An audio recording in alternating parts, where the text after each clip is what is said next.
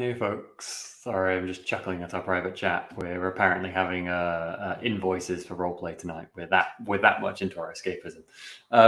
Welcome to Telling Tales. Here we do atmospheric roleplay, not invoice roleplay. That's a different kind of roleplay entirely. That would be great if that existed.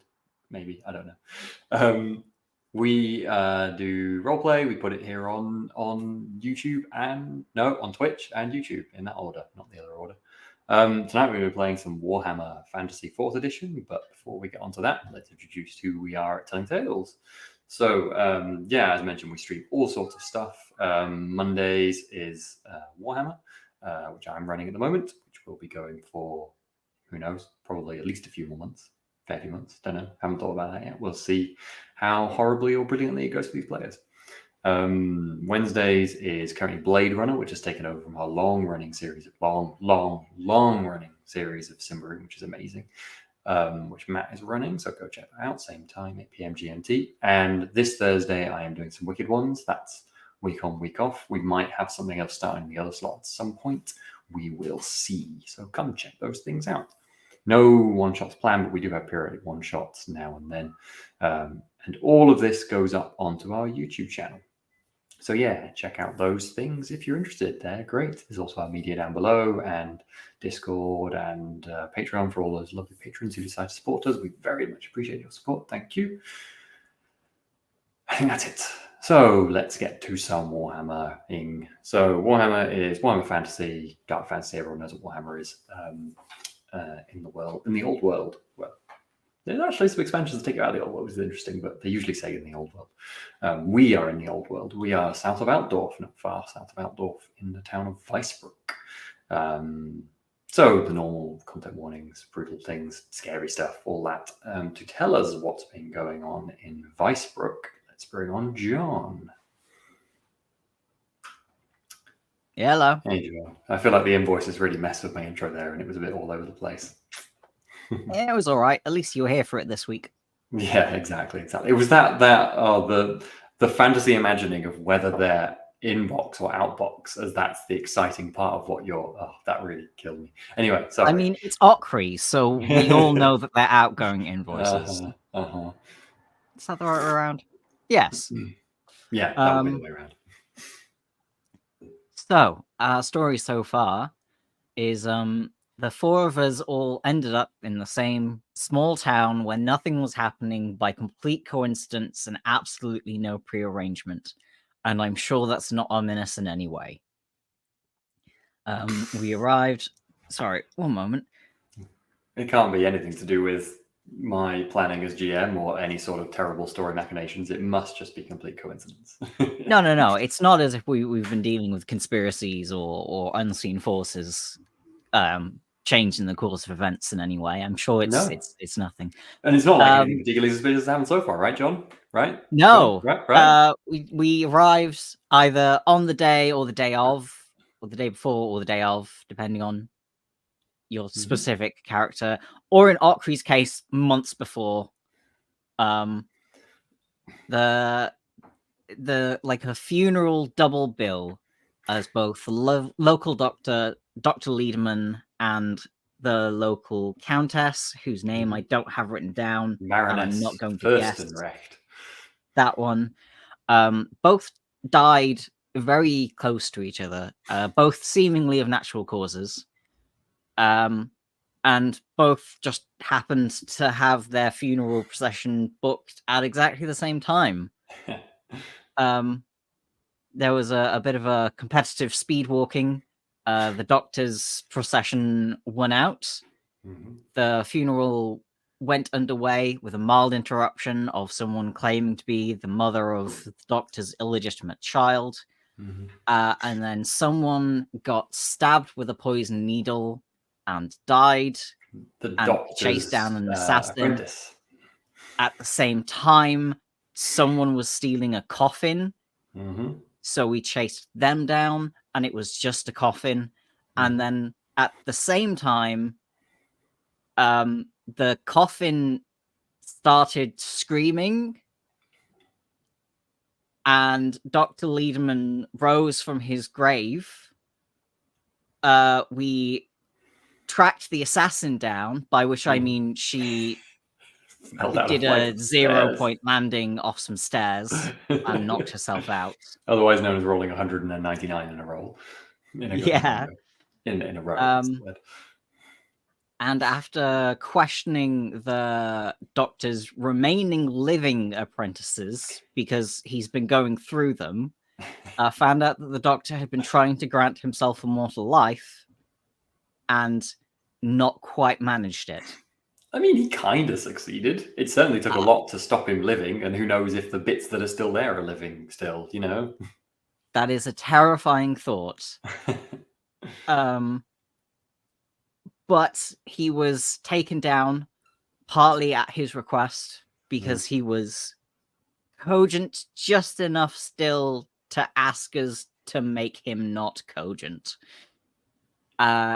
Meanwhile, Boniface found the doctor's widow, who had been using the family crypt to store a lot of drugs. Yep. So we thought the double booking was just the two funerals happening at the same time, and what it actually was about 3 conspiracies happening around the same time as these 2 funerals trying to happen. Indeed. I think 4 if you add up the one with the guy who was the illegitimate son of Lederman, Yes. who had the play acting of that other woman. So there was a lot of conspiracies. Lesser and greater ones. Right now, we are now like the 3 of us. Boniface, I believe, has actually gone off to catch up with his uni at the beginning friends. of the scene. Don't worry. But the 3 of us are now walking down to the local guardhouse with a large party of people we've sort of arrested. Yep, I think you more or less got everyone. So there was only the doctor's apprentice who got killed, and one of the 2 body snatching folks, the grave robbers who were doing the work of a good lady Lederman. She was caught, and one of the 2 of them was caught, but the other one managed to escape. I think more or less everyone else you got. That was the thing. The Grey Snatchers, we thought they were stealing a body, but it's that they were supposed to be moving the shipment of drugs, but they got the wrong coffin. Yeah, and they were supposed to have ended done up it many just hours. Stealing the widow's uncle or something. And in law, we can say this now. They were supposed to do it many hours ago, but they got drunk and woke up late this morning, and they didn't make it. They were supposed to be there in the early hours of the morning, and they didn't wake up. Can't get the staff. Exactly. Can't get the staff. Also, Gustav Weil, who is Kruger's current employer and also a death magic wizard / witch hunter, poisoned but survived. All of the above, as is the want of a lot of the wizards, particularly, well, I say grey wizards, he's not a grey wizard, but lots of the wizards of the colleges of magic do other things as well with their time. Partly to remain inconspicuous, and partly because being a wizard is quite an arduous job, especially being publicly a wizard. And because it's quite useful when you're doing things like, witch hunting. Yeah, that was a really good intro. Thank you, John. Do you want to give us a wee who Henrik is as well for us? Yes, and I will put the image up as soon as I remember how to do that. Henrik is a rat catcher / detective or investigator. He's following mysteries and seeing how far down the rat hole they go. Let's go with that. And he's got a dog called Rinda. Absolutely. And while I've got you here, actually, what was your short-term objective? Because was it to do with catching this assassin? It was investigate the assassin leads. So I think at the end of last session, we established it wasn't catching the seamstress, but maybe ask, like, if I managed to interrogate her about the Assassin's Guild, then that would... Okay, that's good. It's getting my next lead, basically. Yeah, there's a this session sort of goal there. Got it. Good stuff. Okie dokie. So let's bring on Steve then to introduce Kruger. Hey, Steve. Hi there. How's Kruger doing? Well, Kruger is he has bruised ribs currently. He got jabbed in the ribs by that other the grave robber who escaped, and is currently on -10 on agility tests for 5 days, which isn't great. So No, it could have been worse, though. To be fair, it was a it could critical have been wound, and it worse. was quite a low Yeah. roll. So yeah, and obviously the other thing is he was supposed to be keeping Vile safe. Vile told him, in very clearly that he would be fine, and I should go off and look after Boniface and then he got himself poisoned, which is just inconvenient and rather thoughtless. It's fair to say this narrative has been going round and round and round in Kruger's head ever since he's caught back and noticed Vile got poisoned while he was away. Perhaps trying to make yourself feel better, and perhaps just really worried. Yeah, it doesn't look good on the report card if somebody you've been trying to protect dies horribly, But on the outside, it doesn't look like he's going to die on the outside. Well, that's beneficial, I guess. But yeah, so Kruger is attempting. Kruger is a soldier. He is attempting to gain essentially strength and influence in order to protect his homeland. So he comes from a place called Grossfura, and he's essentially, there are horrible beastmen, all sorts of creatures there. He's wanting to protect his homeland, so his long-term goal is essentially to, well, now hopefully to become a knight of the White Wolf. So that's the current aim. Good stuff. Thank you very much. Okay, let's bring on Jonny then, who plays Okri. Hey, Jonny. Hello. How is Okri doing? How are those invoices? We're going to zoom in straight into them in this session. That's where we're all going. Okri is, in some ways, probably pleased with the distraction from the smithy.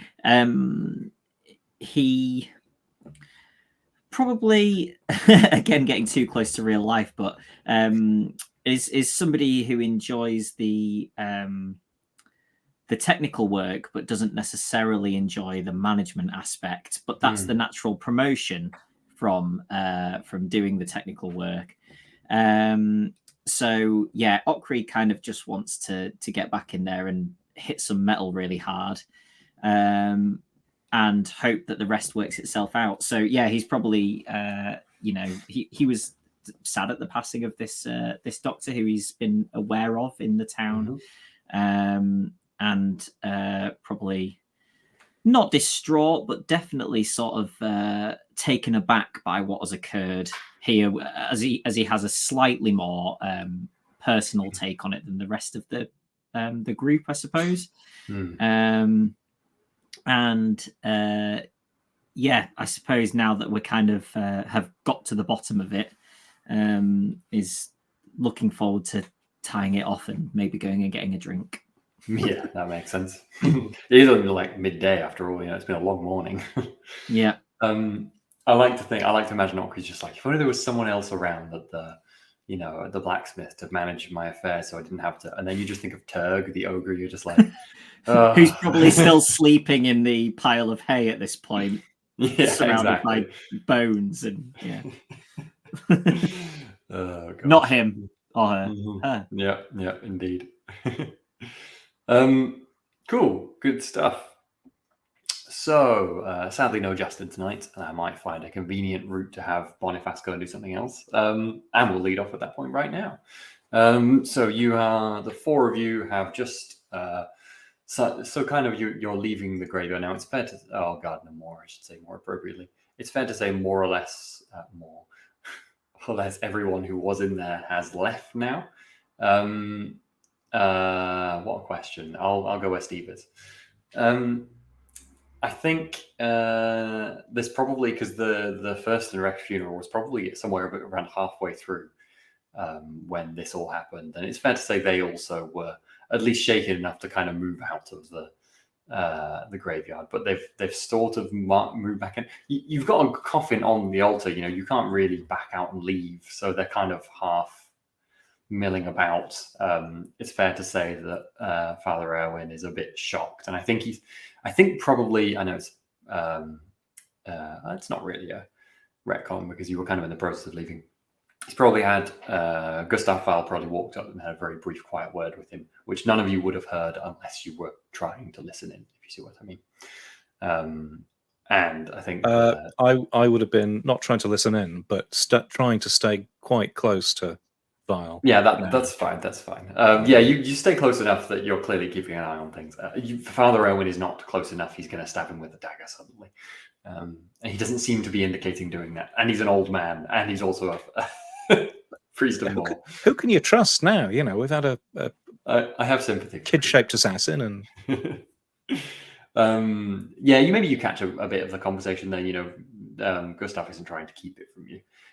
It's basically just along the lines of, you know, burn the body remaining up there and everything is safe now. And Father certainly looks shocked, and he mutters some things about how could this have happened here. And he actually sounds quite apologetic towards Gustav, like he feels like it was his responsibility to prevent this sort of thing, and he genuinely has let people down, let his congregation down in this. And I think probably you hear Gustav trying to reassure him a bit. Just for a little bit of flavor though, make me a roll. Is there a people? Is like an intuition or something like that for people stuff? Yeah, there is. I'm lousy at it currently, I think. Give you plus 20. I think you're probably kind of vaguely paying attention to this at least. So my intuition is 24, so I'm aiming for 44 or less. I rolled a 26. Yeah, so Gustav is being very nice, but you immediately detect that while he has no problem with the office of, you know, priest of Moor, he doesn't think anything of their ability to protect against the necromantic arts, or really to do anything more useful than just talk to people and do nice ceremonies. That might not be your perception of this, but that's definitely what Gustav's impression is. He's trying to be lovely about it, though. And yeah, I think after that, he's almost kind of actually, I think once he's finished his conversation, he basically leans himself upon you to help him out of the graveyard. As I've said before, I think he's quite a fairly short, slim man, so he's not particularly difficult to help out with kind of one arm slightly around him. I just need to change my description because I've been describing it as short the whole time, and I copied a section from the notes and it said tall, and I'm like, I'll just change that to short. From the book he came from, because he's in the scenario. Okay, so as I was saying, you're all at the gateway, kind of leaving this place. I think Boniface is kind of hopping around leg to leg and just goes, I'm going to head up to find out what the others did. I'll be back soon. I just have to know. If I'm not back at the tavern, right? You Kruger? You were in there? Yes, I even had the name of it. Demigriff? Yes. I'll be back there by supper, okay? Or earlier. If I'm not back, just well, I'm sure I will. I'm sure I will. And then he turns around unless anyone moves to stop him or say anything. I turn to Kruger, whether or not Boniface is still anywhere within earshot, and say, what others?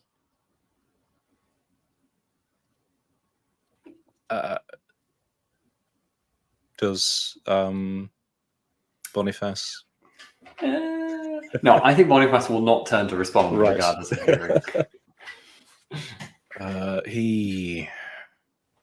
He came here with a party of wizards from the college. He said, well, he didn't really explain what they were here to do. He kept talking about wizard business. I'm not sure what that entails, but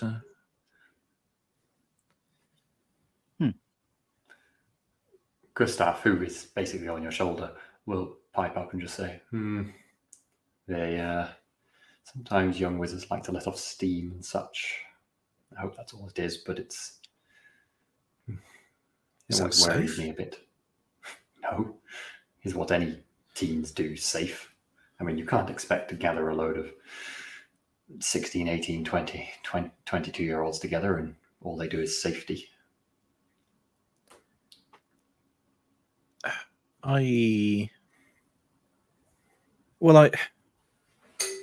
playing around is one thing, but I'm not sure what his capability. Has he gone now? Can I talk Yeah, about he's him? gone now. He's definitely trotted up a decent way by now. You can still see him, but he's kind of heading up the hill. I don't know what his capabilities are. Is the thing? So I don't know. I was just led to believe that accidents could be, well, costly. No, they can. Devastating. Well, look at it this way. They've all been trained. They've all been told about these things. They would have probably killed themselves long before they even came to the college if they were inclined to do so. They've all had magic before they came. It's what set them off on this path in the first place. The teaching is all about controlling it and understanding it, using it safely. They'll be better off now than they were before they joined the colleges. Well, I do hope he was. He's been paying attention. I hope so as well. But we cannot imprison them. Can we not? I may come back tomorrow though if I'm strong enough. Yes. How are you? How are you feeling? I shouldn't have left you. I'm sorry. I let you down. The fault is mine. You were probably right to have paused when I said you could go. I hadn't. It was foolish of me. I should have considered there would have been someone trying to cover the tracks, cover Dr. Lederman's tracks. Speaking of tracks, we should be moving down there. And you can continue talking while this is going on, but you're kind of helping him down the hill slowly. Yes. What do you have planned? What are our next steps? I need to rest. I'm not going anywhere today anymore, I think. I would rather like a bed in the demigriff. If you're feeling well enough, you could go and find out. Was it you, Henrik? You were investigating the assassin, was it? I was. Yes. I speak to her. She'll talk. The only other lead we have.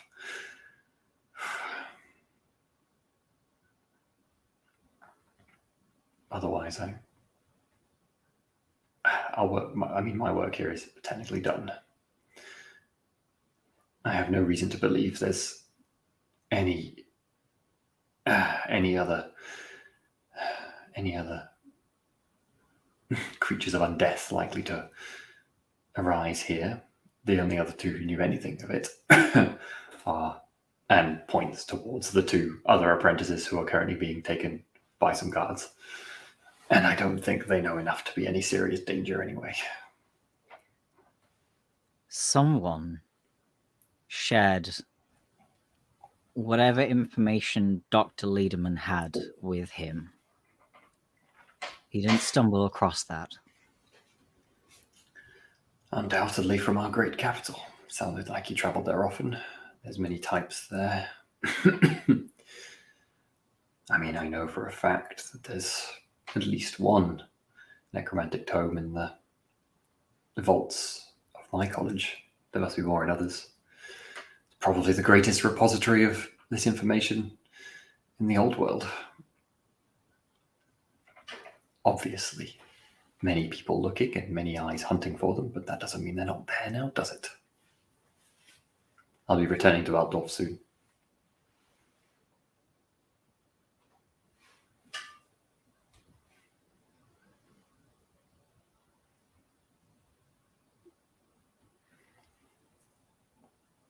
Is there anything we can get you to help you recover?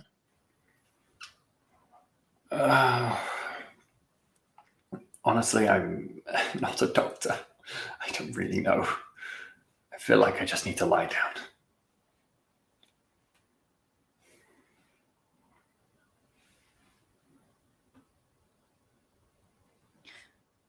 I will go question the seamstress.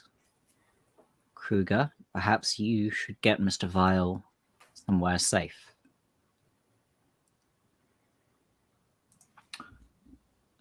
Sam?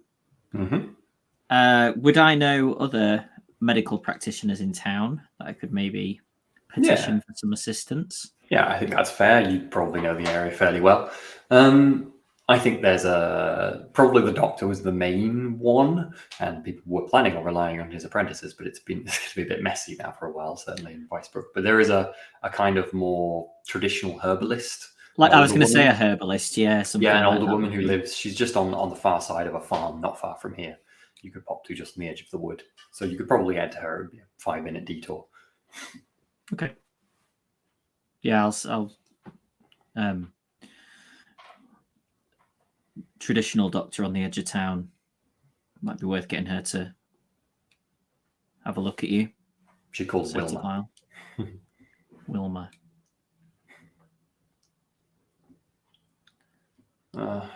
Yes, sounds good. I don't want to trudge out there if that's okay just now, though. I'll go. Bring her back.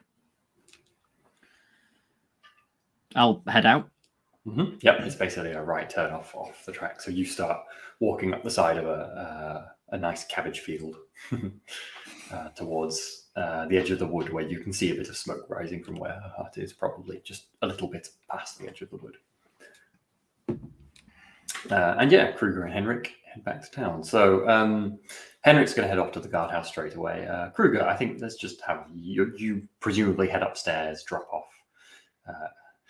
I just like these narrative rolls. Can we have another roll to see how easily you help? Sure.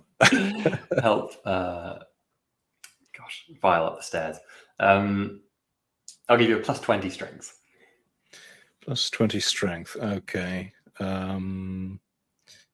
That's the basic. That's a sort of a base level characteristic, isn't it? So my strength, I believe, is 36. 87. Oh no, I'm going to use. I've got 2 fortune left. I'm going to re-roll that because yeah, I do want to sort of. That's better. 23. So that's definitely a pass. Mm-hmm. Yep, good stuff. Yeah, you don't. It takes maybe that reroll is like you have to stop yourself from just hauling him up the stairs painfully and slow yourself down and help him slowly up each step, and then eventually you get into the room that he's been assigned up in the upstairs of the demigryph. It's a very small, pokey, but quite pleasantly cozy room, comfortable. The bed is a nice feather bed, so it's pleasant enough. And in each room, there's actually a single demigryph feather as well, just to kind of top off the decor. Even though it's not the poshest establishment, but they've got that. It's quite impressive thing. The feather's about this long. It's probably Nice. about nearly an arm's length. It's quite an impressive thing. Let's say the one you've got is kind of tiger striped, or Vile has in his room. I don't know why I'm getting into this, but it's fun. Are you just kind of? He seems as he lays down, he kind of just he closes his eyes, just like, oh. Are you gonna hang around or ask him anything? Or? Well, I'm going to be like thinking back to Grunberg. I'm going to be like examining the window, where the window is, whether it's easily accessible. Checking just how many, the size of a horde of assassins that might come up the stairs. So that they'll be doing that, and then maybe get him some food, and a beer or something, and taste them first just to check they're not poisoned. Kruger is so paranoid. Yeah, I love it. No, the food and beer do not appear to be poisoned. Good. In fact, you think you better get yourself a beer too. It's pretty good. Okay, yeah. Yeah, and you, I think probably Gustav isn't really feeling his food right now, but he has the beer. The food will stay for a while, and then if you're hanging around, unless you're going to talk to him, he actually falls asleep fairly quickly. I think I'll let him get some rest. Probably hang around outside and just keep an eye on things. Yep, sounds good. Let's cut to Ockery, because this is a fun, spontaneous scene that I hadn't envisaged, but might be quite interesting. Okra, you arrive at Vilma's little cabin. It's basically a lean-to against a big tree, and there's you kind of follow the smoke, and the smoke is going right up the tree. It's a big, tall pine tree. There's no branches for like 50 feet up, sort of thing. And you kind of it's a little bit of a clearing around it, and there's a few little small patches of plants of various kinds. You're not a plant person, just strange plants you don't recognize, but you don't see anyone here. And it's a lean-to, so it's basically open. You can see right through inside. There's no one there.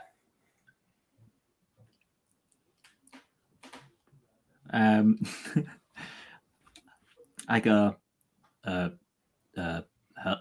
hello. All of a sudden, there's a hand on your shoulder, and it is Wilma. She's actually a little bit shorter than you. She's a tiny woman, for a human, shorter than you anyway. For a human, tiny. That's the way around I meant to say that. And yeah, she's basically dressed in she's clearly made her own clothing from things she found in the forest. And it's like some of it's proper clothing and some of it's just kind of some bits of branch she's put on herself. Quite an unusual woman, it's fair to say. And she kind of just looks at you and goes, "Oh, sorry, I didn't mean to sneak up on you, dearie." No, quite all right. Do I think that she's massively involved in the town's goings on, or probably not? Could I imagine she has no idea what's happened this morning? You could absolutely. She's absolutely the sort of person who will not know anything about anyone's doings and will only do things when people come to her. In fact, she just seems to disappear quite a lot of the time. I've come to ask for your help. There's a man in town, and oh yes. Bunions? Is he struggling with his digestion? He might be if he dies from the poison that he's been given. Oh. Now that is serious. Do you know what it was? Oh, you should talk to Dr. Lederman. He's much more likely to know about poisons and things than me.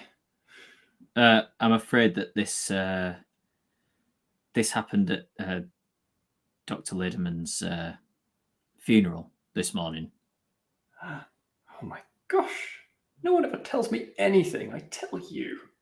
Oh, well, you may find that you're petitioned for more work in the foreseeable future. More work. There's always work to do. I'm busy. Can't you see? And you have no idea what she's talking about. But I'll say yes, of course. Well, I'd be very appreciative if you could. Yes, right away. How sick is he? Deathbed or moving around or relatively okay? He's alive and moving, but have we seen any signs of it getting better or worse, or has it just kind of stayed? From my understanding, it's kind of stayed steady. Yeah, I think more or less steady. I think you were close by when you got poisoned, so I think it looked like he was deteriorating to the point of, oh gosh, he's going to die, and then he stopped and he stayed about at that point, which is as you've seen. Yeah. He seems to have been steady there for a while. Good. Well, I'll oh yes, I should grab. And she starts just kind of gathering bits of leaf from the ground and picking up small bottles of things and faffing from it. At one point, she turns to you and goes, how long ago? 2 hours, an hour? It's not been ages, has it? So. No, probably within 2 hours. Yeah. Less than 2 hours, I'd say.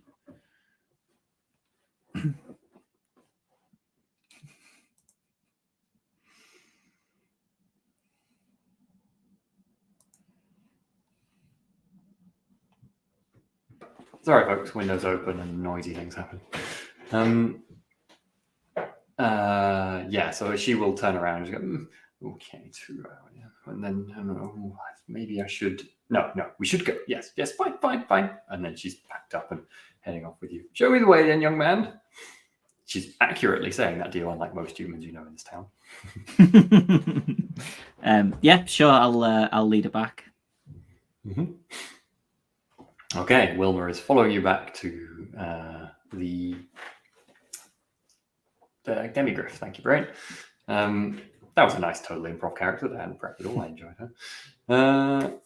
Henrik, you are going to the guardhouse. So the guardhouse, it's like it's meant to be a kind of grand-looking fort sort of thing in the middle of town. It's built of wood. It's also got a small palisade around it, but it's clearly fairly cheap.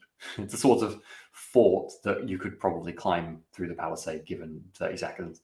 And the main building is, I mean, you know, someone with a bow and arrow could probably shoot in most of the windows quite easily, even with the shutters closed sort of thing. It's not particularly well made, but it's a fort nonetheless. You catch up with the guards who are just arriving with the last of the group, I think, who will probably be the ones escorting Greta Lederman. She's probably at the back of the group, which is just one guard escorting her down. And effectively, you can follow her into the main door if you like. Yep, I will do that. Mm-hmm. Okay. She's led off to one side and down a set of stairs to what you presume is a dungeon or something.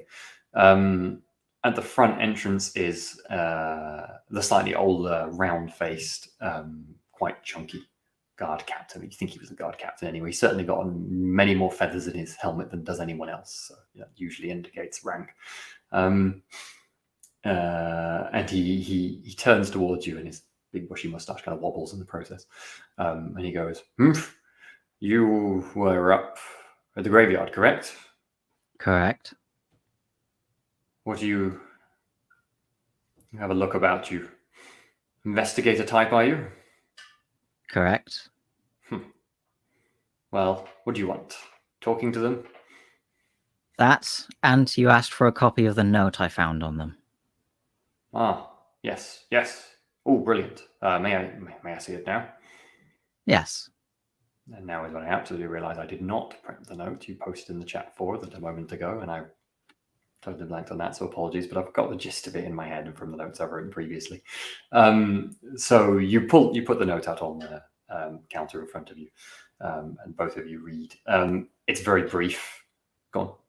I was going to say, because I've already read it, well, Henrik's already read it, I haven't. But while the captain is reading it, I have like a notepad and a quill and ink, so I will write out a copy for their records. But I want the original because I want the handwriting sample. Absolutely. So you have the letter is it just says "Dear W" at the top, and then the basically there's only a couple of lines which basically just give the gist of Dr. Lederman. Anyone investigating Dr. Lederman at the funeral. He has talked to people he should not have talked to, and someone knows about this. This is all that's said. It doesn't indicate any further what it is, so you don't know if the seamstress knew about what was going to happen or not. Perhaps she did. If she's getting a letter that says this, that kind of would imply she did. And then it says basically cover it up, make sure anyone who knew and anyone who might now be looking doesn't leave that place alive. And then it says meet in the usual place and time for your reward. And it's signed M. I'm glad you're noting it down because I'm coming at the top of my head. That's not true. I'm just writing down the important things. Or what I think is the important thing. That's the problem with my note taking. Do I pick up on an implication from the first part that you kind of alluded to? Is it possible that the seamstress killed Dr. Lederman? Or are we thinking that whatever happened killed Dr. Lederman? That's a good point. I think that theory cannot be confirmed or denied from this letter. Okay. The letter does not say kill Dr. Lederman, but the letter does specify that there are people around Dr. Lederman that know, and that doesn't really seem like it's saying yes or no to Dr. Lederman to you from how the text is written. Right. Interesting. Okay. I think you probably are aware of the poison delivery being after when you would expect Dr. Lederman's death to have been, though. So you can probably roll into that what you might.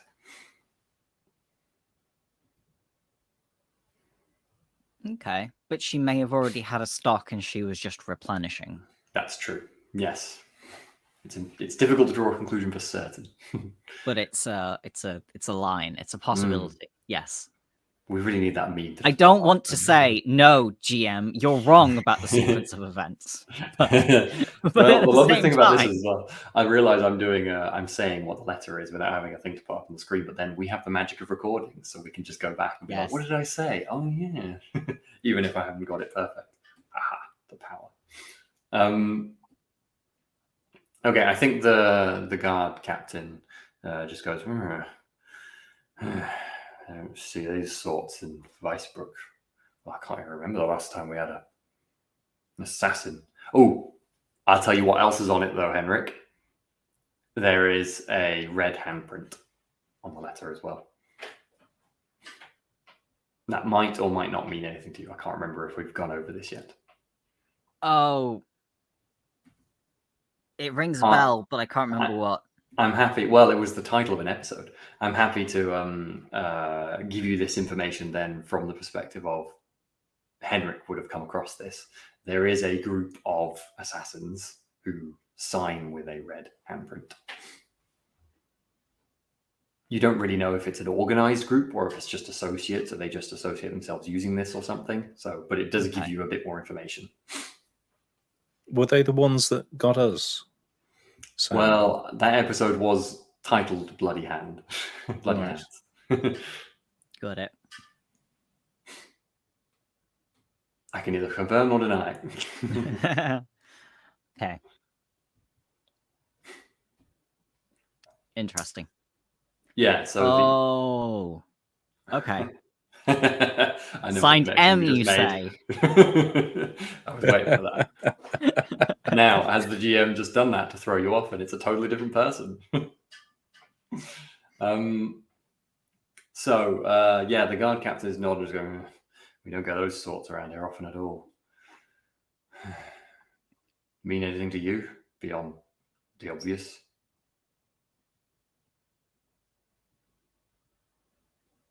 It means it was an organized effort.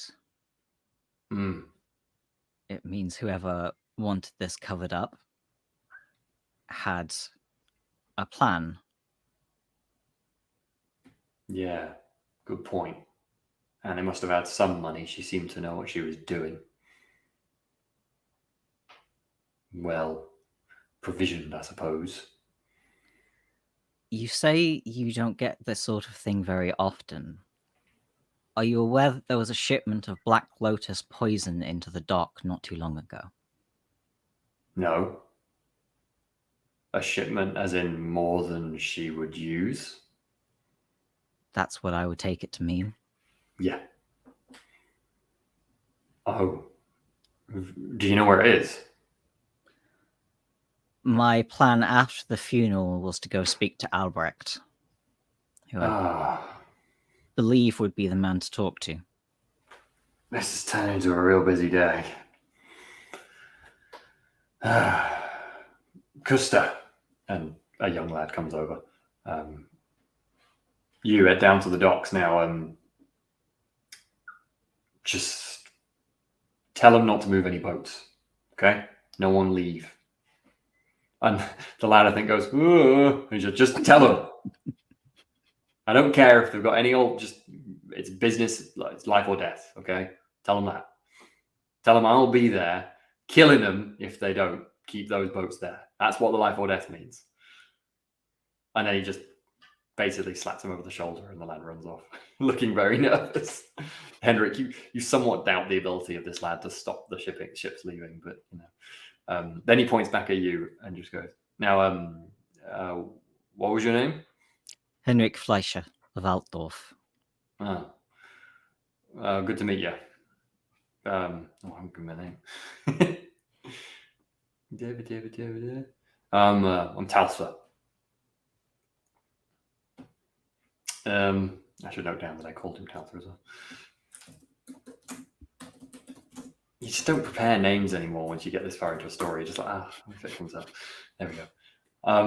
Glad to meet you. And he thrusts his arm out, quite violently towards you almost. So I really rather if you stayed here and helped with some of these interrogations, first of all. That was my intention. Let's go then. And he basically starts immediately marching down the steps. And I will go down with him. Can I have a quick memory thing check? The little storeroom in the crypt that I face down the seamstress in. Mm-hmm.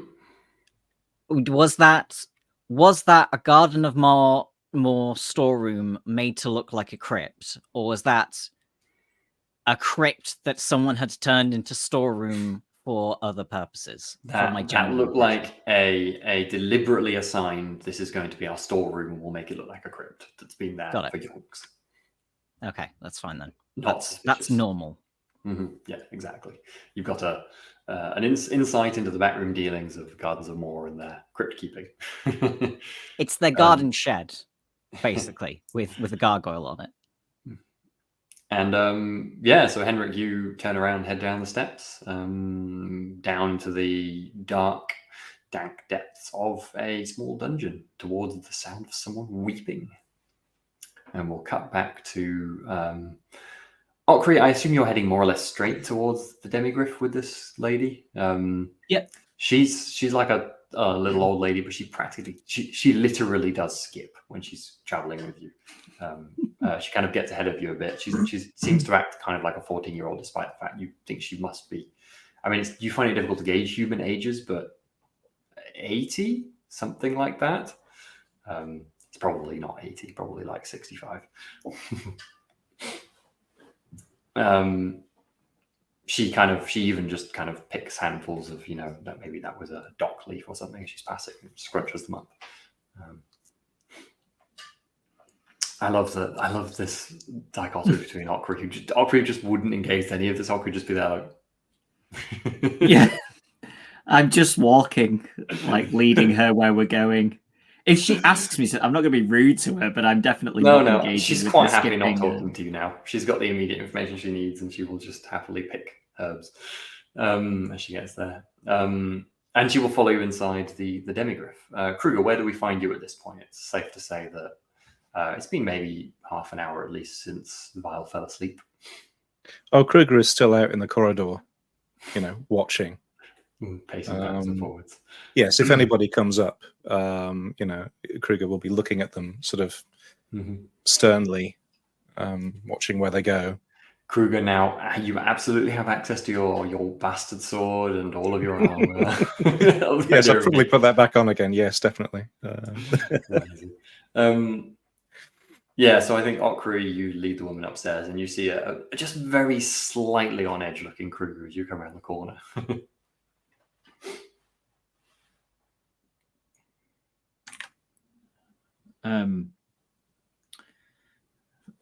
Wilmot, Kruger. Is Vial there with Kruger? Sorry. Vial is in his room, so Kruger's sort of standing guard outside. Oh, okay. So you're kind of up the stairs, basically, and Kruger's in the hallway. I'll sort of indicate which room he's in, and so he's sleeping at the moment. And perhaps I'll go over and sort of knock on the door and wait. There's no immediate response. Yeah, he seems to be out like a light. Wilma just kind of comes upstairs and just looks up at you, Kruger, and she goes, "My, you're a big one, aren't you?" I suppose so. Yes. Come on then. What are you waiting for? I will open the door, I guess, quietly, and go and wake Vial. Yeah. There's a split second of Kruger panicking when he doesn't wake up, and then he wakes up. He's fine. I'm just being mean now. Oh, wow. Kruger, yeah. Roll he to check if wakes he's up. still alive. Yeah, he's lying there sleeping with his tongue out, eyes wide open. Blue, yeah, he wakes with a bit of a start, just kind of looks at you. He kind of reaches his hand out, puts his hand straight on your shoulder, just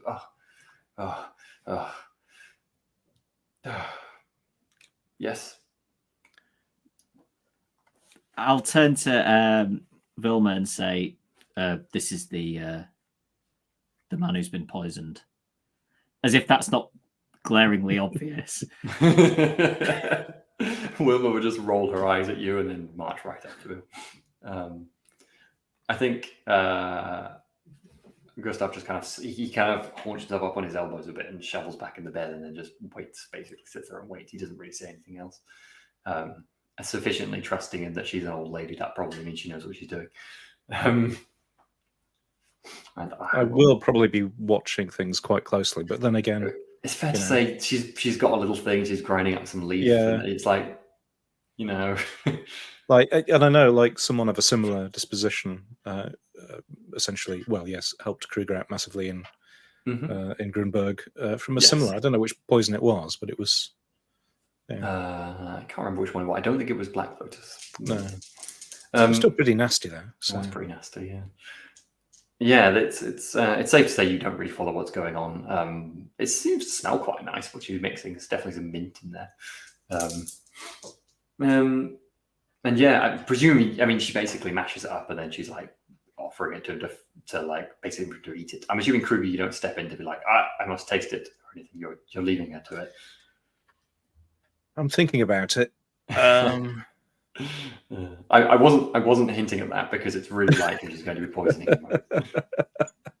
I think, like, given the small quantities involved, I'll probably, Kruger will again look a bit anxious. Forest. And Okri knows who she is, right? Okri's, been here in this town for ages, so I trust Okri. You've definitely seen this woman at least once before this point, Okri. Yeah. At least once before. Great. That's great. From afar. Yeah. Between the leaning over a body. At least I think it was her. Yeah. No reflection, but okay. Let's give her a wee roll to see how well she does at mixing some herbs and other things. She does a few things. She kind of feeds him something, and then she kind of checks his eyes with a little. She kind of brings a candle over close and checks his eyes and listens to his breathing a bit.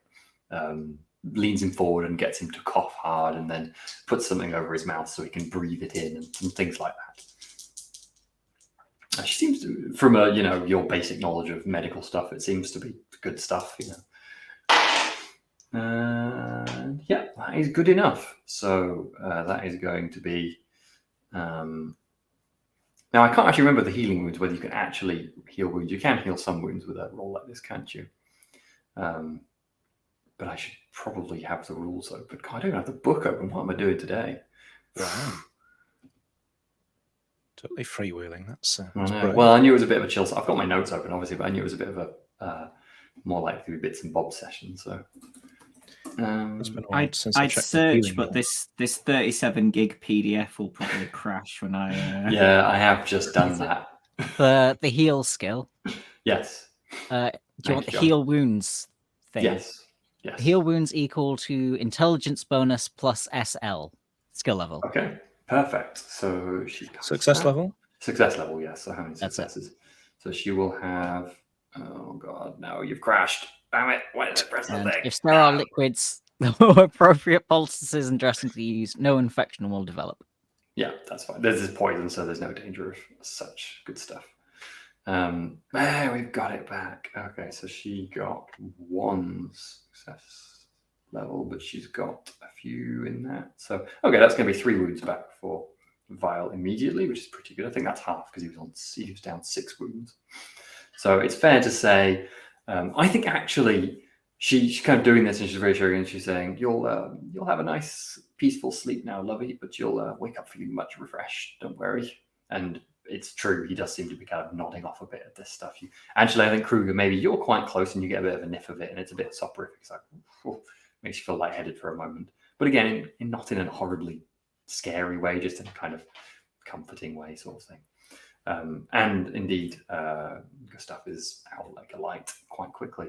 But the color, he seems to have more color to his face, and his breathing seems smoother. So, good stuff.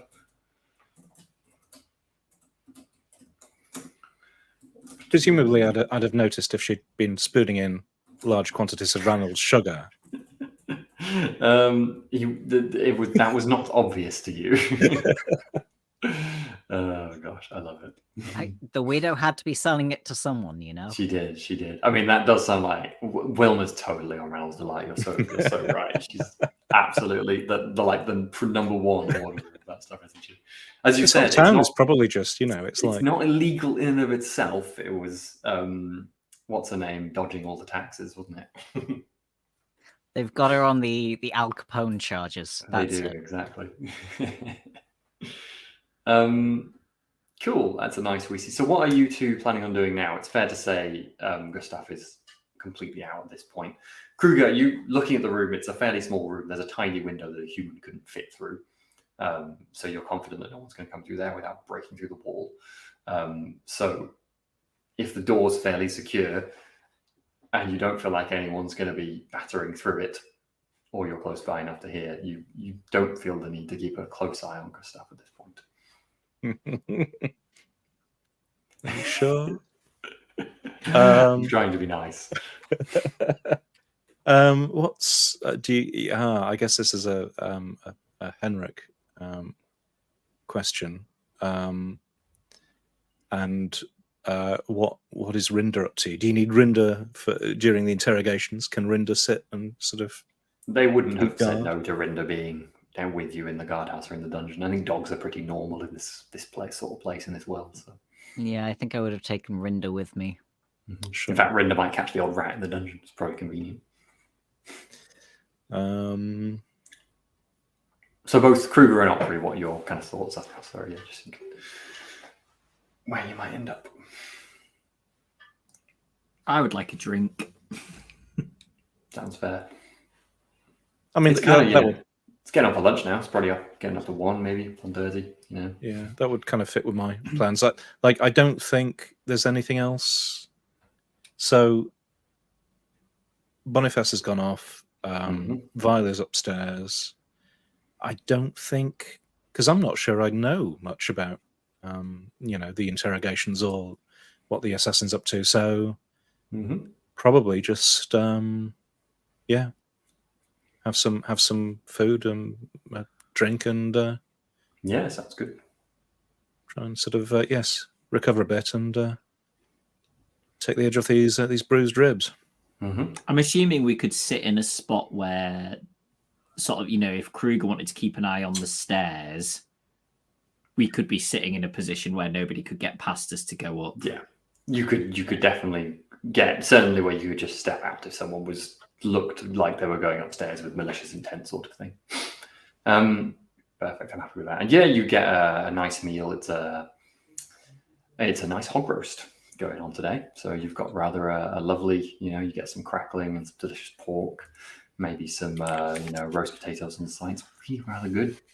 I'll tell you what, I'm being nice. Recover a wound if you've lost one. For delicious pork. You probably weren't in the fight so much, were you, so you might be right. Well, I'm now at 2 wounds, gone rather than 3. Nice. So that's good. But I am, just because it's fun and I love this table. Every time you sit down in a tavern, I have to roll you find yourself in a tavern table because it's just so good. Oh, it's safe to say at this point, quite a few other people from the funeral are in here as well. People a bit kind of shell-shocked and are just sitting down having a drink and they're talking, but they're not exactly boisterous. It's a bit of a... I think you get a few looks from people. One person even raises their mug to you, they saw what you did, thanks. But no one really approaches you unless you approach them. So I think they're probably going to leave it at that. But let's see if something interesting happens in the tower. This is always fun.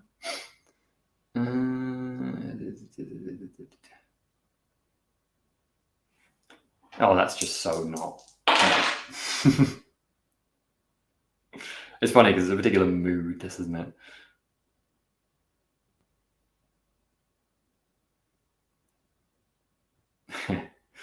A rather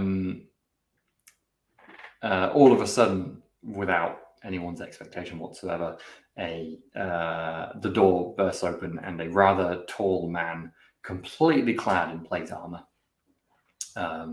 with an even taller helmet with a dragon on top that's well taller than the door, and he kind of goes like that, and then he goes and takes the helmet off. And it's nice stuff, actually. Comes stomping in, and he marches right past everyone else.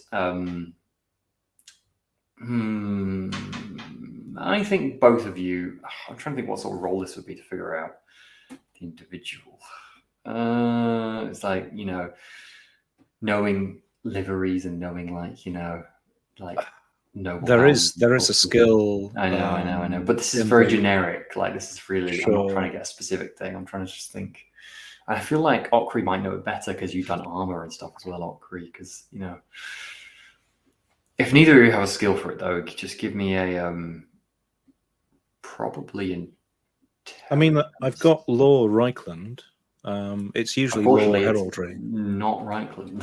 Oh, okay. Which gives things away. The only laws I have are dwarves and metallurgy. No, neither of those are particularly relevant. So both give me an intelligence. Kruger at -20, Okri at flat. Sorry, Kruger. I mean, it's a good job it's not -20 because it's not very good in the first place. I have to roll under 4. Oh, I passed. 15 under 28. Actually, no. Very nice. Int is intelligence, isn't it? Yeah, int. Yeah. Yes. There's an I, which is initiative. Yeah, I don't pass. Okri, this is a Bretonnian knight. You would guess, although not that it means very much to you, but you've only seen the heraldry before, a knight from the city of Paravol to the east of Bretonnia, not far from the mountains that separate Bretonnia and the Empire. Certainly you don't see this sort around. The armor's good quality. This is a lordly person who probably has their own, estate somewhere. I don't know what they're doing here. They tramp past, and I'm not going to attempt to do it, but in a very Bretonnian French accent, they say to the barkeep, please, stables for my horse, and my squire will be here soon. I'll have some of that hog roast. And then they go and immediately sit themselves down. They look around, seeing there's no tables around available. And then I think they probably just gaze at a group of some dock workers or something, and the dock workers kind of eye this Bretonnian knight for a second. They kind of and then they shove over a bit to squeeze on a table with some other workers, and the knight goes and just nods at them, and then goes to sit at that table. Yeah, he waits for his meal and leaves it there. That's what you see happen.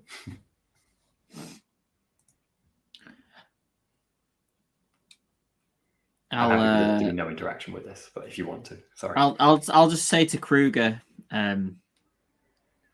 well-made armor. Probably got some coin. Sam could, in terms of his tier, is he silver or gold? Oh, gold. Very gold. Okay.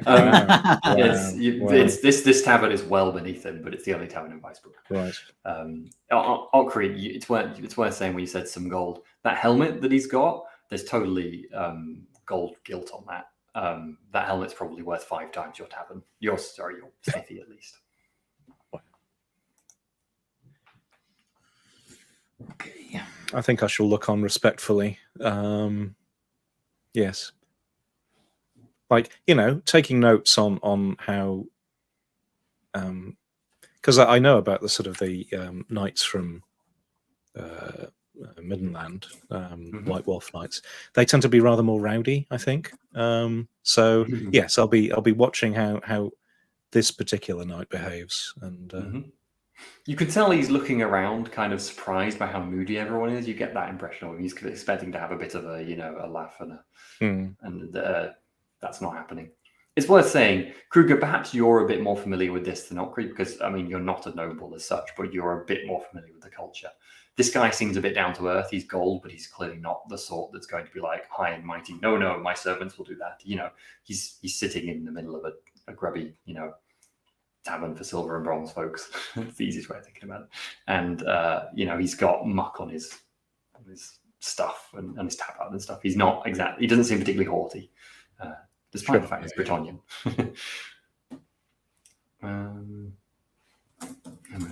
Very rich. I got to note him down because he might become relevant now. Oh, I need to note down his comparable.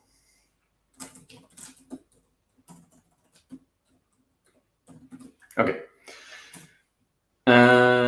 You guys sit down, enjoy your meal. It's quite nice, really. Henrik, let's cut to you heading down into the dungeons. The crying that you heard on the way down was an old...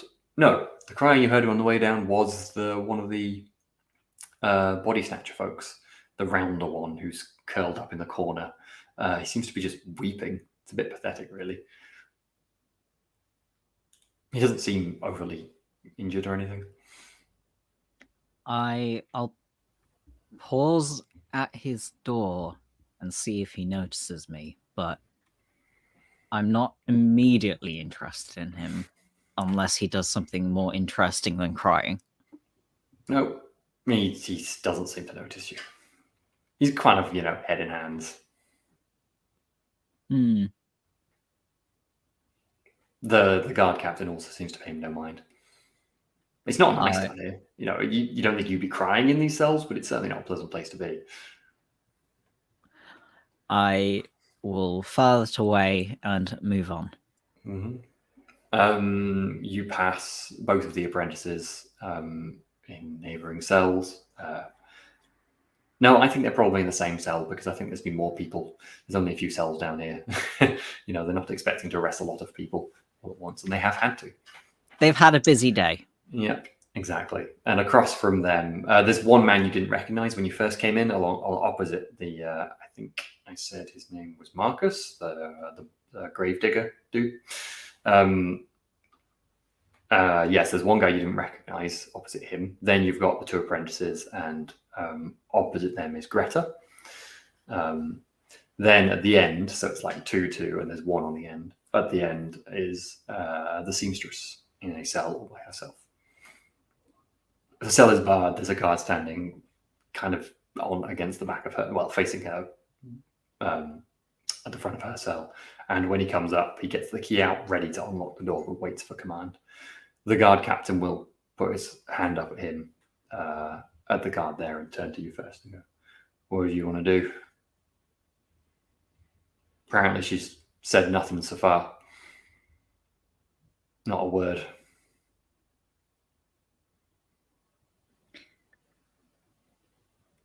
Theoretically, I disarmed her when she was apprehended. But that would assume that I know more about finding poison than she knows about hiding it. So I think I would like to stay outside. You searched her, right? Before she woke up, looking to the guard. But you can answer this as well. Yeah, Captain. Nothing else on her except a few coins.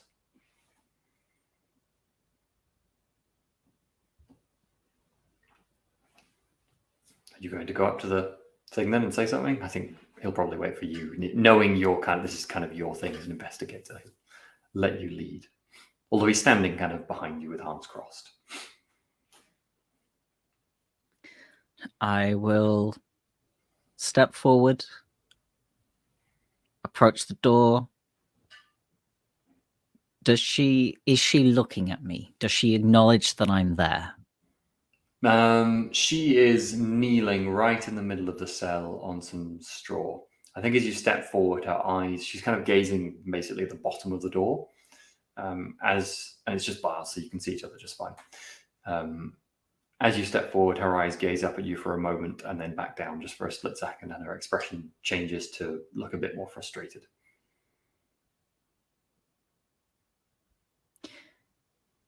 It's worth saying she's tiny. She is the size of a child and build of a child. Halflings tend to be quite robust and round. This is unusually small for a halfling. Maybe she was a bit stunted when she was young or something. She's clearly older. Is she definitely a halfling, or do I just assume that because she's small? I think she has the features of a halfling. Okay. There's the kind of slightly enlarged face and bigger ears and hands that kind of. I mean, again, you're just an expert on these things, but just as far as you perceive her, she looks recognizably halfling. Do Warhammer halflings have big feet? Yeah. Okay. Generally big features for their smaller frames. They're basically the same, feature size as humans, except they're just squatter and smaller. Unlike dwarves, which are just go that way rather than that way.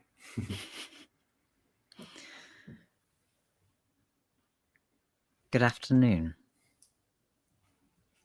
Her expression remains down and she says nothing. Unless I butt in, she has said nothing.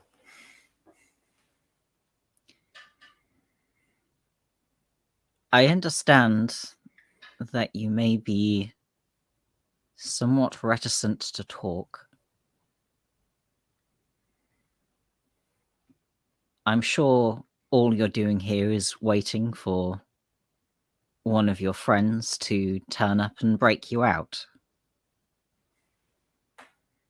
But before that happens, I would quite like to have a word. There is no perceived response yet.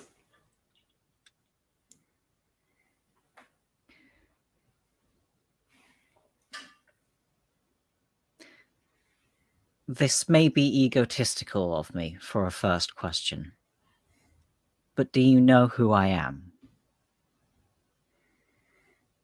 I think there's a very small increase in the frown on her face, but nothing else.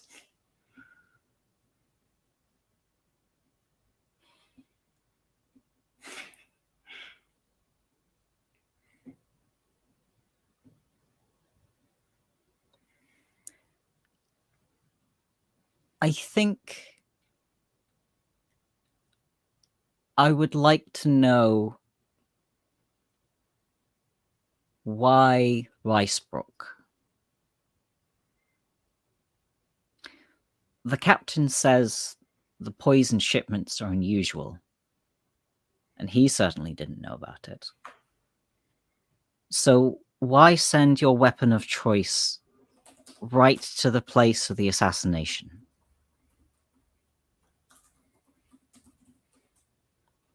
Did you send it here? Or did you take advantage of it?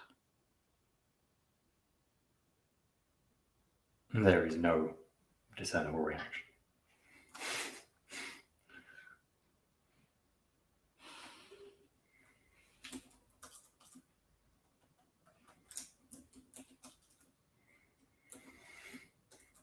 I'm totally not just quietly typing. It's not audible. Yeah. At least he's not rolling dice. That would have me worried. Yeah, that's true. Immediately starts rolling dice.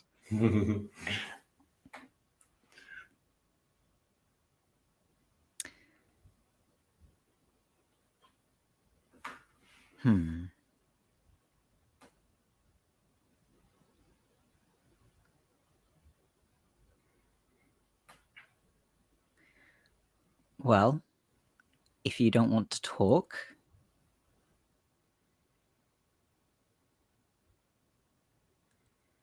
hang on, I'm trying to think.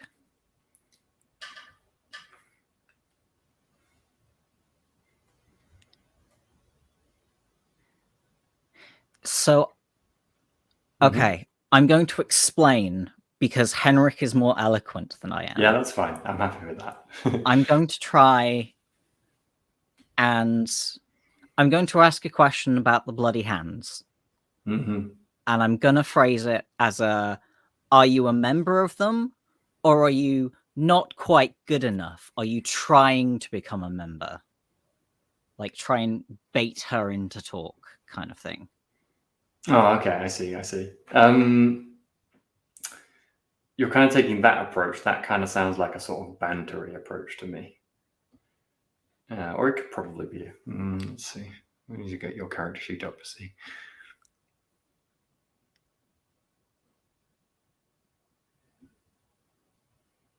Yeah.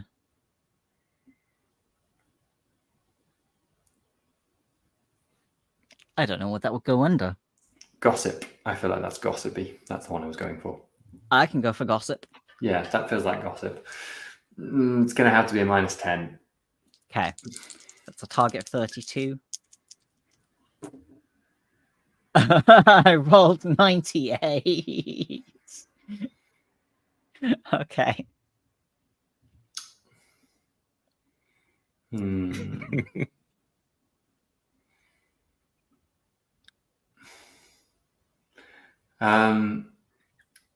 I think all of a sudden she dashes forward and tries to just grab at you. Make me I mean, you weren't that close. You could get back pretty easily, but make me an initiative +20 roll. Assuming you want to get out of the way. She doesn't look like she immediately has a weapon.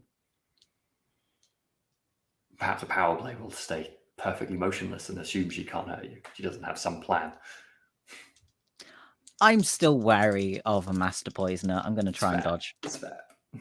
And I succeed with 1 success level. Yeah. You just step back quite easily, and she just goes, "Ah!" and immediately jumps back, basically to where she was, and stares at the bottom of the door again. And I think the guard captain, I can't remember what his name is already. I got his name down a second ago. Taltha will step forward and go, yeah, he'll just kind of bang on the bars and go, "Oi!" and get his sword out and goes, "Don't make me hurt you." She doesn't seem to react to that either. Mm-hmm.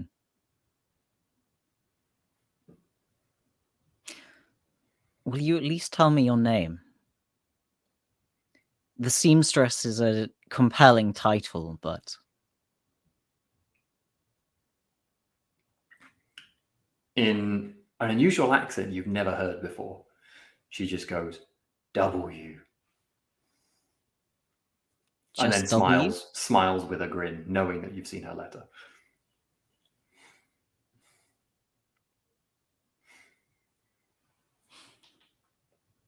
And then I think she will go lay down on the small bed in the room facing away from you. I will say, pass Matilda my regards. There is no response. And then I will nod to the captain, or shake my head at the captain. The captain he'll shrug you and go, "Shall we get her out and clasp her to a table and beat it out of her, eh?" I don't think that will do any good. I must admit, I don't feel much like beating something that small either. Even after she killed a man. Weird.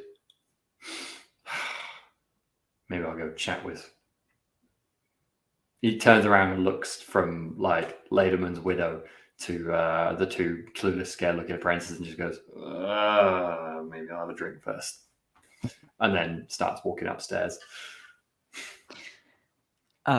Captain Talsa, and I will pause in front of Greta, the widow Lederman's cell. Yep. And I will look to her as I say this, as if asking her permission, but say, the good Mrs. Lederman here said that I was free to search the doctor's office. No. Is that something you would be happy with? I'd like a member of the establishment to come with you. Go on then, I'll come with. I was going to have a drink, but you want to go? You wanted to go now? Perhaps a drink first. Music to my ears. He'll do a quick stretch and then stomp out towards the demigryph. Henrik follows and is not at all agreeing to the drink because a drunk person might be slightly easier to hide things from. Love it. His name is Talther, by the way. Talth. Yeah. Yeah. A few moments later, probably Talther leading, pushes the door open to the tavern. Okri and Kruger, you just finished your roast by now. It was delicious, like real good. You almost forgot about your worries about Gustav, Kruger.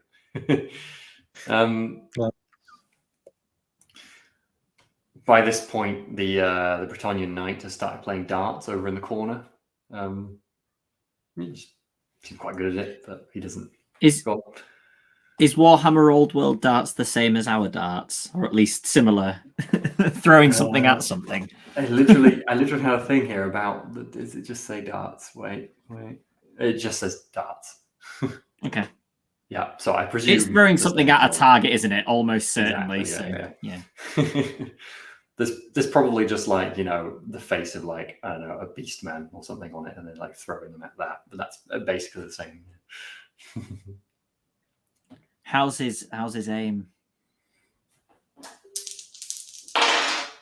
It's pretty bad.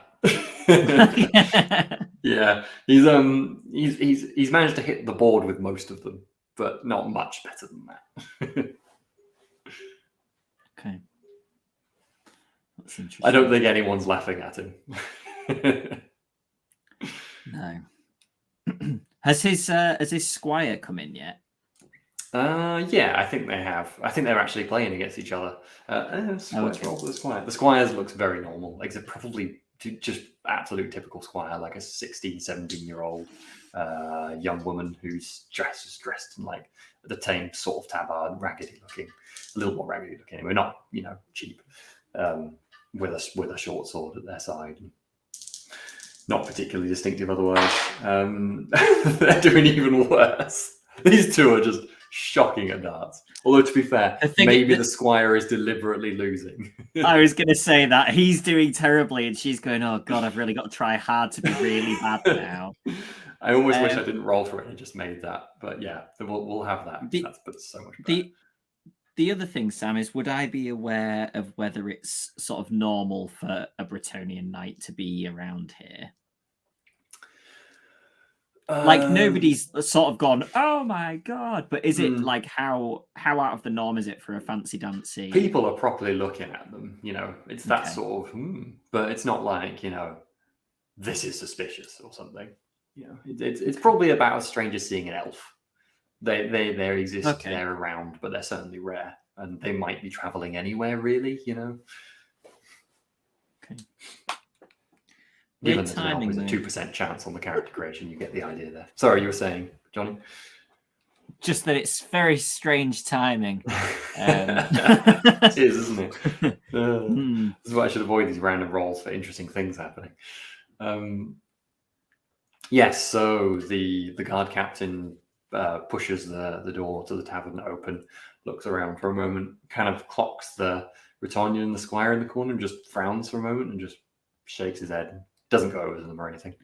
In fact, I think the Bretonnian knight will turn as the captain comes in and see someone who seems to be a bit better dressed than most other people in the tavern, and just kind of do a little bow and then throw another dart into the wall. And the guard captain just goes and kind of, half nod, half just waves at them. And then pauses for a second as Henrik comes in. Actually, no, that's not true. The guard, he will head straight to the bar and order 2 pints. Henrik, you see Okri and Kruger sitting there. I will go over to them. For the sake of simplicity, you have a table that fits 4. Good. How is he?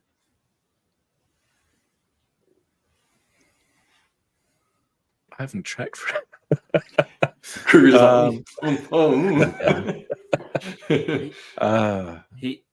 he seemed to be a bit better after the herb doctor saw him. Good. Poisons are herbs, aren't they? So makes sense that you can counteract it with others, I suppose. Drink, Henrik. I think the captain may be getting me one, As you say this, you see him or walking he over with 2 pints.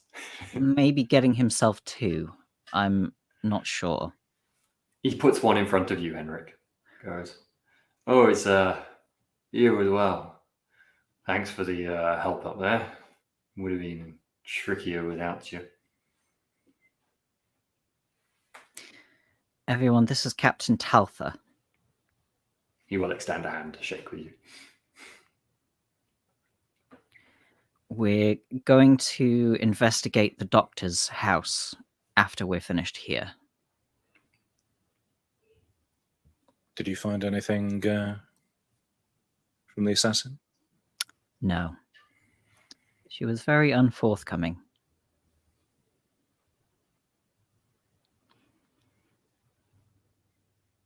Frightening, though, he says after drinking half his pint.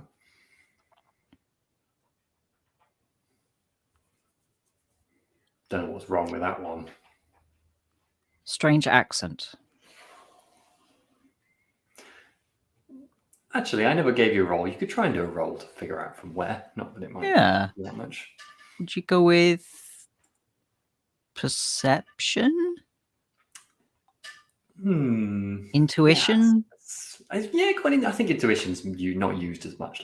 Intuition feels for me perceiving people, so go for intuition. Okay.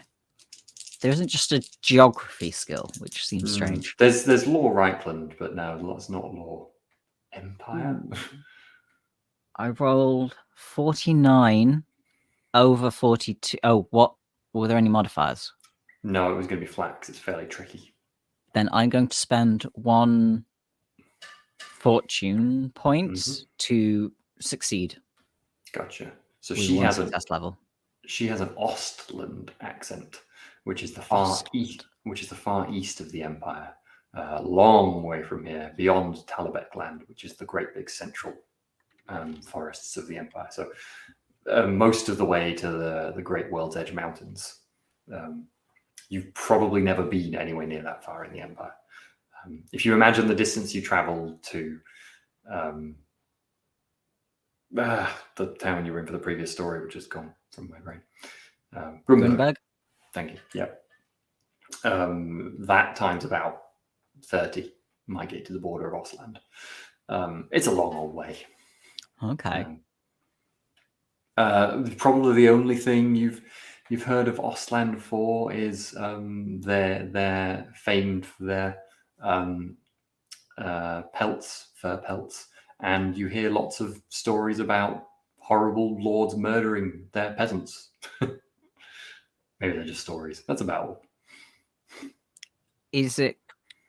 How common are halflings there compared to the rest of the empire? Do I have any idea? I don't know. No, halflings exist in the empires as much as you've got, Oh, right. You know of the Moot. Everyone's heard of the Moot. The Moot is it's just the Shire equivalent. It's it's the halfling home. It's actually the one land that they own. It is part of the empire, but it's effectively a little mini, like Reichland, a little mini, what's the word? Kind of province. Province, no. Thank you. Yeah, that would be the equivalent word. Yeah, there's probably proper words for it. Yeah. Counties, yeah, of course, because they like to count. County of the empire. And it sits to the east, so southeast of the empire. You're not sure how close it is to Ostland offhand, but it's possibly in that direction. She's definitely not Mootish. You'd know if she had that accent.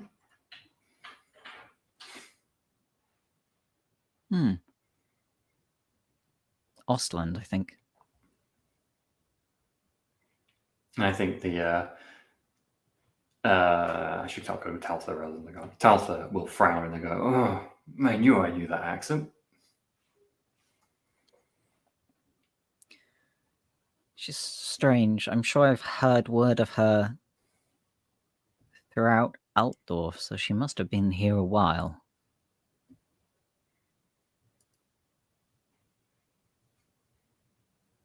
What sort of reputation does she have? Is are her services expensive? Was this a particularly challenging job, or?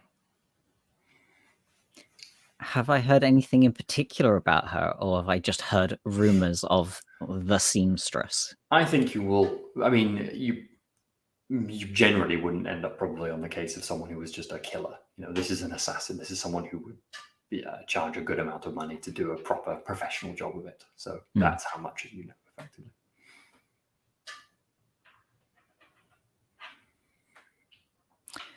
From what I know, she's not cheap, but good assassins rarely are.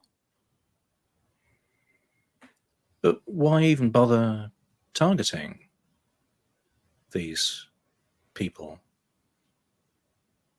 If this information exists, then why? I don't yet see why it was such a big deal. I mean, there are whole parties of death wizards wandering around the place. I can't imagine that Dr. Lederman was the only one who knew this sort of information. Why was he special? This isn't death magic. This is necromancy. Is there a difference? I'm sorry. I'm not. Death magic Gustav is next to you usually right now. He would be affronted. death magic is more concerned with keeping people dead, I believe.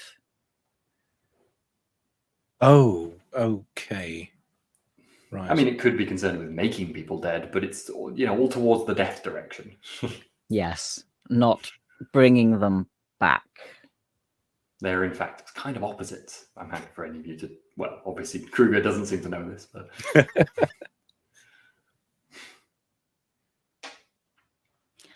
is necromancy something else that's sort of half denied in the Empire? I can't remember. Absolutely, yes. Right. Then I will. Yeah. Necromancy is something people don't talk about in the same way that they don't talk about certain events in Grunberg. Oh, right. Well, that's good to know. Okay, thank you. I will endeavour to refrain from talking about that then. It's worth saying, stories about this sort of stuff the same way as we would in this world, though. So it's not like it's so. I mean, giant rats in the sewers, what? Whereas we've all heard stories of things rising in the graveyard. Sorry, John. Whoever taught Dr. Lederman may have betrayed the confidence of their peers. If there was a leak of information into unreliable hands, a curious amateur, as the doctor was, which, as we saw, made quite a scene, then it may be in certain people's interest to keep it very, very quiet. See, so the source has either a reputation to uphold, or simply it's a matter of closing ranks leaking and cleaning secrets. hands.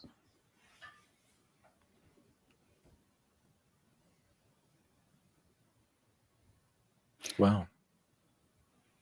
My personal interest is in the assassin in general, but also in this. And I will put the note on the table. And assuming it means the same to everyone else as it does to me, I will point to the red handprint. It doesn't mean that to anyone else. No one knows what this red handprint means. I think Talton will also just shrug. Forgive me, what does that signify?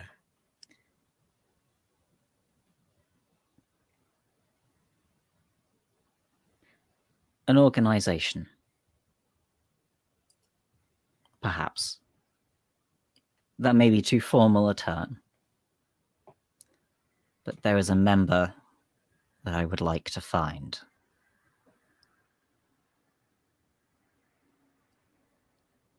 Anyone we know?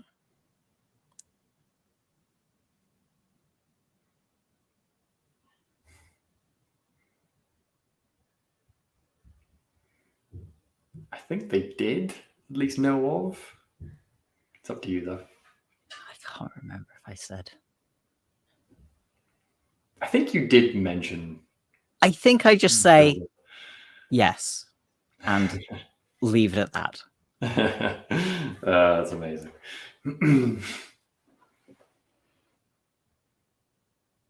I fold the note up, put it back in one of my many rat pockets, Stitched for a rat. stitched from many rats, Mm-hmm. and consider. Well, I take a drink. Is anyone else? I'm assuming relatively soon after finishing these drinks, at least Henrik and Taltha are going to head straight to this house. Kruger and Okri, what are your plans? Kruger, I know you're worried about Gustav. I was about to offer a guard for you, but I don't know that would help you at all with it. So you always speak to the innkeeper? I feel like I've trapped you with feeling bad for Gustav now.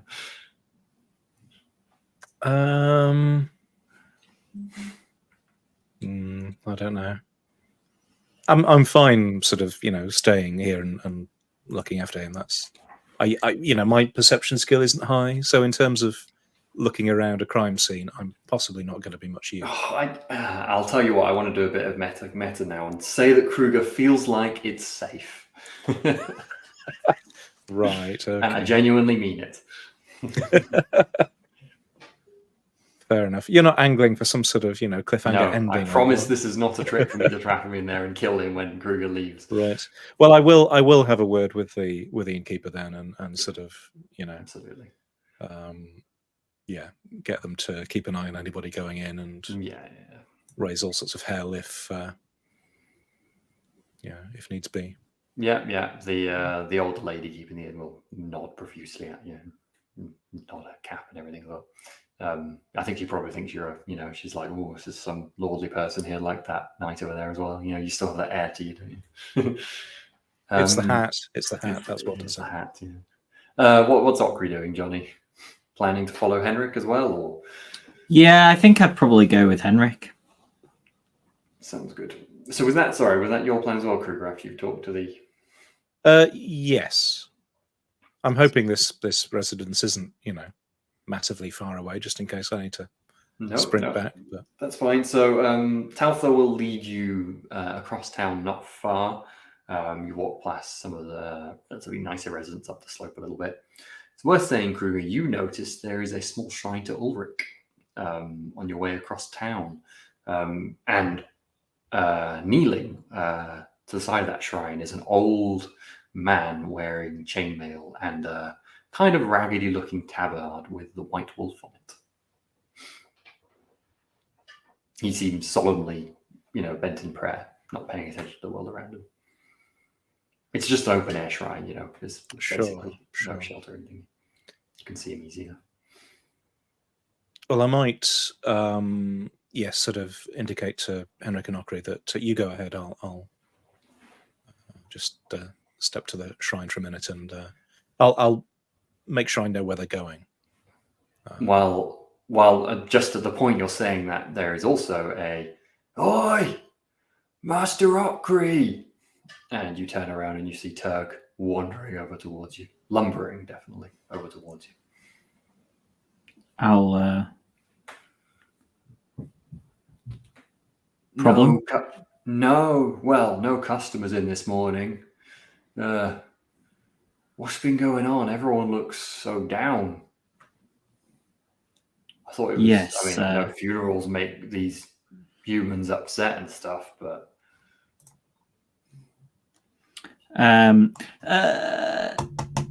Sam, do I know about cultural differences with an ogre? Would they have? They wouldn't have a.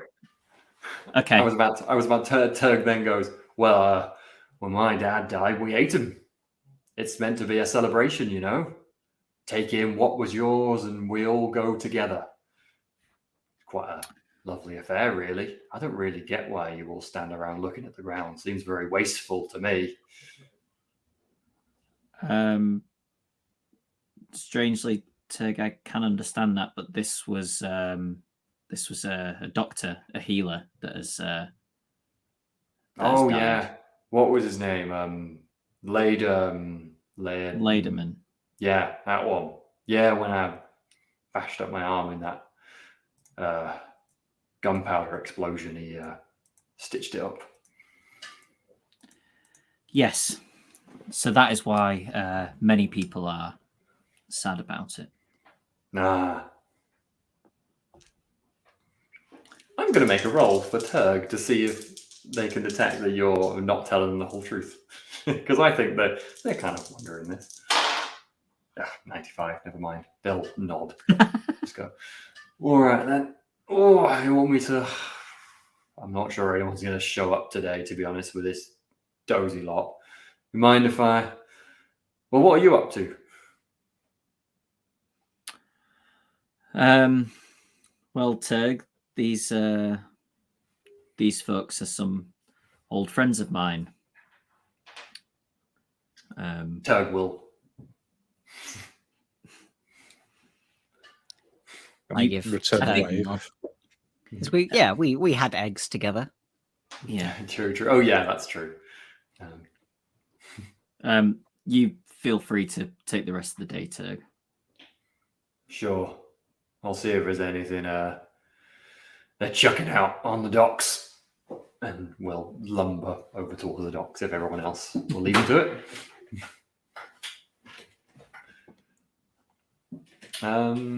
Okay, yeah, so Henrik and Notkree continue on towards the house.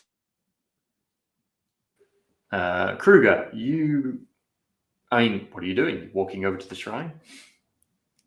Yes, I'd walk over to the shrine and probably, kneel down as well and offer a prayer to, yes, Ulrich. Ulrich's kind of all about, it's just like sort your own shit out, don't bother me. Ulrich, to be fair, anyone can pray in any manner they like, obviously, in context.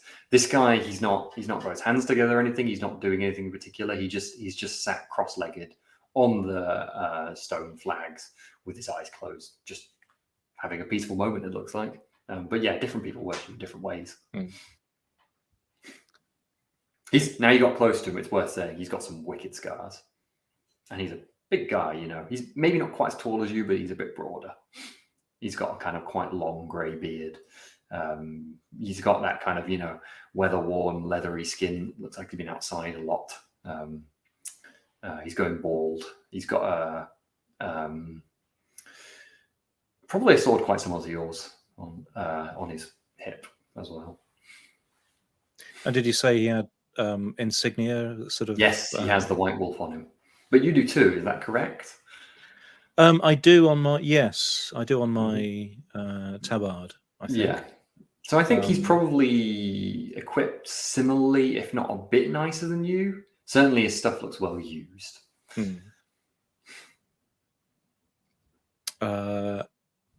Then I suppose I would go up and quietly sort of say, greetings. Good to see a fellow here in this strange place. I will. Sorry, I should have caught in the problem. As soon as you say the greetings, he goes, shh, and then closes his eyes and just stays there with his eyes closed for maybe another 2 minutes, and then opens his eyes and goes, sorry. Was just recounting a love lost long ago. Young wolf.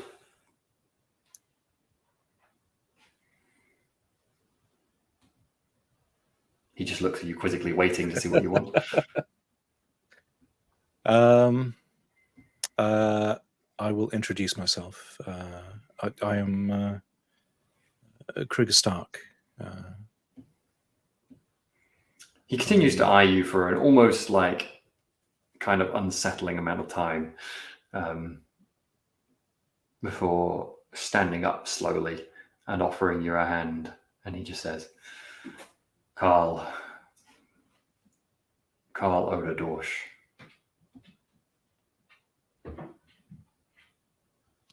Yeah, take his hand, sort of clasp it.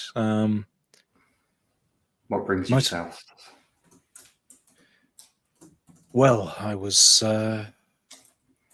I'm trying to learn what I can about combat, develop my skills so I can protect my fellows back up north. Honourable. Do you, like many others of your age, aspire to be a noble knight one day then? I see If that is, the wolf emblazoned there. He pokes at you. if that is Ulrich's calling, then yes, I wish to help in any way I can. But he'll start chuckling and then slap you on the back and go, "Oh, stop being so dour. Of course you do, lad."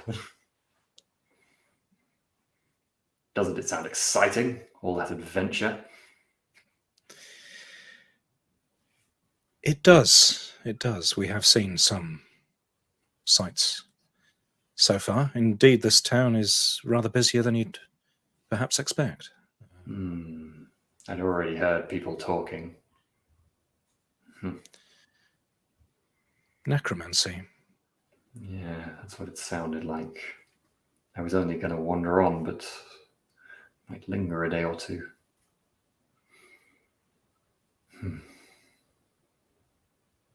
So did you come for the shrine or for me? A little of both, I suppose. I couldn't pass by seeing a fellow White Wolf without at least introducing myself. He will he'll now turn slightly and just very slightly pull out his blade, not fully, just a little bit, and you can see the haft of his blade has the full crest of the Knights of the White Wolf upon it. He doesn't say anything else. Might I ask why you happen to be in this place? Are you? I retired a few years ago. Not that we ever really retire. Usually it's a faster retirement, you could say. But these bones are old, and I suppose I've been lucky or unlucky, depending how you see it.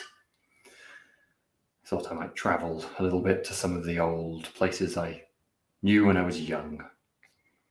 See what I could do while I was here as well, I suppose. Blade always gets some work. I knew a Reichland girl here decades ago. You just here for coin?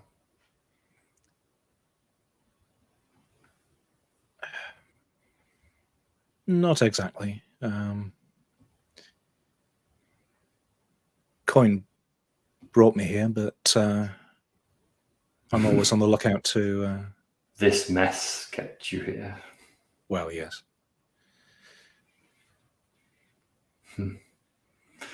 Well, you look like you have a strong arm. It would be fun to fight by your side if you get the chance.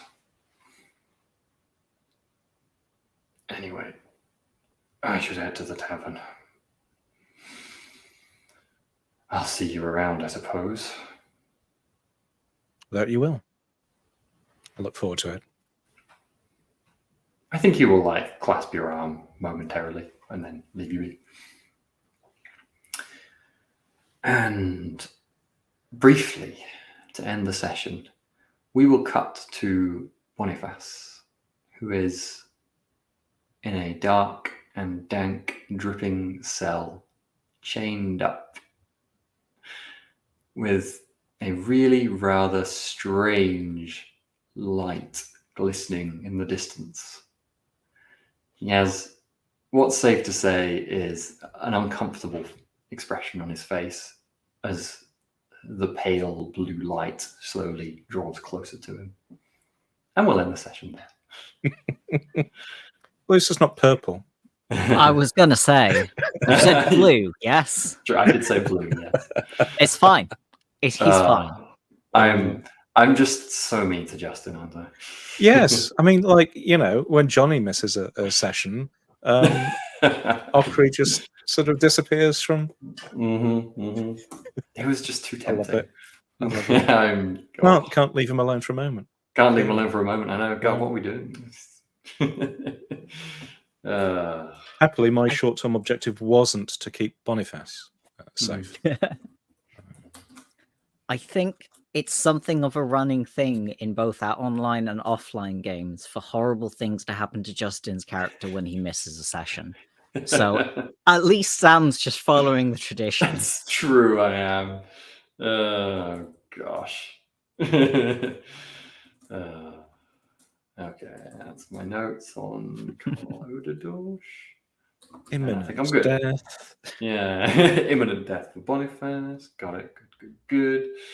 Justin's gonna have fun watching this session back.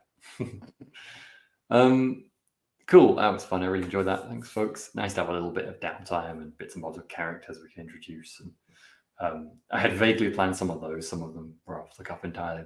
Once you get the most fun characters, because it's like what the players kind of the situation you're put in. It always gives you something interesting.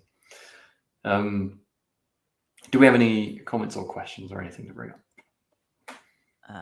I forgot to mark things as we were going through it. But I like this one. Steve, it's the invoices, Master Ockery. They escaped. Oh gosh, somehow the invoices will actually turn out to be the arch nemesis of this story. Truly the horror all along.